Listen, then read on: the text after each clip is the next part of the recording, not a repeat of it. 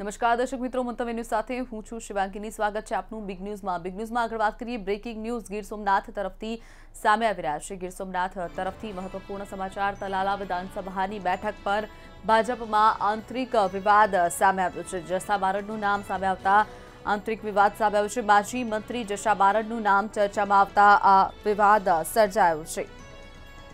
આયાતી ઉમેદવારને લઈ અને સ્થાનિક ભાજપમાં ભડકો જોવા મળ્યો છે। ભાજપ આગેવાનોની બેઠક મળી હતી, જેમાં આ અંગે વિવાદ સામે આવ્યો છે। તલાલા તાલુકામાંથી ઉમેદવાર જાહેર થાય તે માટે રજૂઆત કરવામાં આવી છે। તલાલા વિધાનસભાની પેટા ચૂંટણીનો મામલો સામે આવ્યો છે, જેમાં ભાજપ દ્વારા જસા બારડનું નામ વધુ એક વખત સામે આવતા આ સમગ્ર આંતરિક વિવાદ ખુલીને સામે આવ્યો છે। માજી મંત્રી જસા બારડનું નામ ચર્ચામાં આવતા વિવાદ સર્જાયો છે। ઉલ્લેખનીય છે કે જે કોંગ્રેસના નેતાઓ ભાજપમાં આવે છે ત્યારે આ પ્રકારનો મામલો સામે આવ્યો છે અને ભાજપમાં આવતાની સાથે જ તેમને ટિકિટો આપી દેવામાં આવે છે, જેના કારણે જે સ્થાનિક નેતાઓ છે, પહેલાથી જ જે ભાજપના નેતાઓ છે તેમાં નારાજગી જોવા મળી છે, જેના કારણે આ વિવાદ સામે આવ્યો છે। આયાતી ઉમેદવારને લઈ અને સ્થાનિક ભાજપમાં ભડકો જોવા મળ્યો છે। આગેવાનોની અગત્યની બેઠક મળી હતી।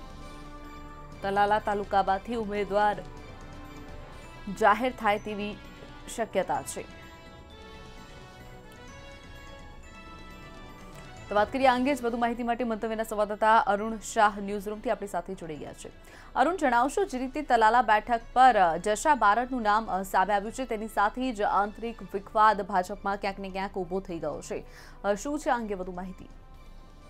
ચોક્કસ રીતે કહી શકાય કે ગુજરાતમાં જે રીતે લોકસભા 2019ની ચૂંટણી યોજાવાની છે તેની સાથે જ ખાલી પડેલી 4 બેઠકો માટેની મહત્ત્વની પેટા ચૂંટણી પણ યોજાવાની છે। જ્યાં સુધી તલાલાનો સવાલ છે ત્યાં સુધી તલાલા બેઠક છે તે ધારાસભ્ય ભગા બારડ કે જેની સામે કેસ કરવામાં આવ્યો છે અને ખનિજ ચોરી સંદર્ભે જે કેસ ચાલી રહ્યો છે તેના સંદર્ભે જે રીતે વિધાનસભા અધ્યક્ષના નિર્ણયથી તેઓને ધારાસભ્ય પદેથી સસ્પેન્ડ કરવામાં આવ્યા છે।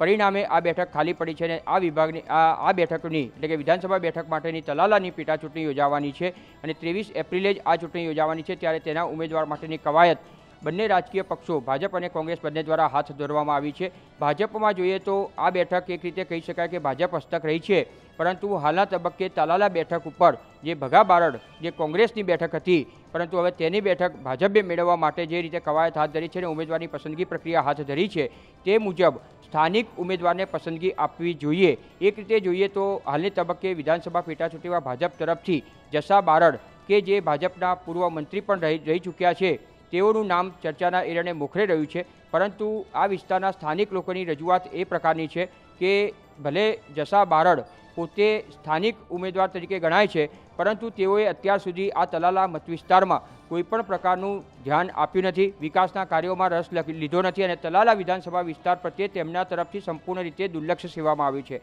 જ્યાં સુધી તેમના વિસ્તારનો સવાલ હતો ત્યાં સુધી અત્યાર સુધી તેઓ જે પણ ચૂંટાઈને આવ્યા તે સોમનાથ વિધાનસભા વિસ્તારમાંથી ચૂંટાઈને આવ્યા હતા।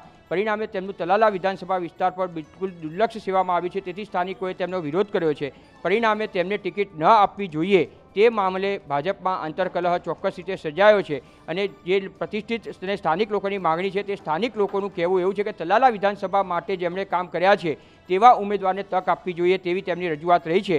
આ સંદર્ભે એક મહત્વપૂર્ણ બેઠકનું આયોજન પણ આજે ભાજપના સ્થાનિક અગ્રણીઓનું કરવામાં આવ્યું છે, ત્યારે તેમાં શું નિર્ણય લેવાશે અને કયા ઉમેદવારને તક આપવી જોઈએ તે પણ તેના સંદર્ભે ચર્ચા કરવામાં આવશે। હાલના તબક્કે કહી શકાય તલાલા વિધાનસભાની પેટા ચૂંટણી માટે ભાજપના ઉમેદવારનું જે નામ ચર્ચા છે તે મુદ્દે અસમંજસની પરિસ્થિતિ પ્રવર્તે છે અને જે ઉમેદવારનું નામ ચર્ચામાં છે જસા બારડ કે જે પૂર્વ મંત્રી રહી ચૂક્યા છે તેનો સ્થાનિક લોકોનો એટલે કે તલાલા વિધાનસભા વિસ્તારના સ્થાનિક લોકો તેનો વિરોધ કરી રહ્યા છે।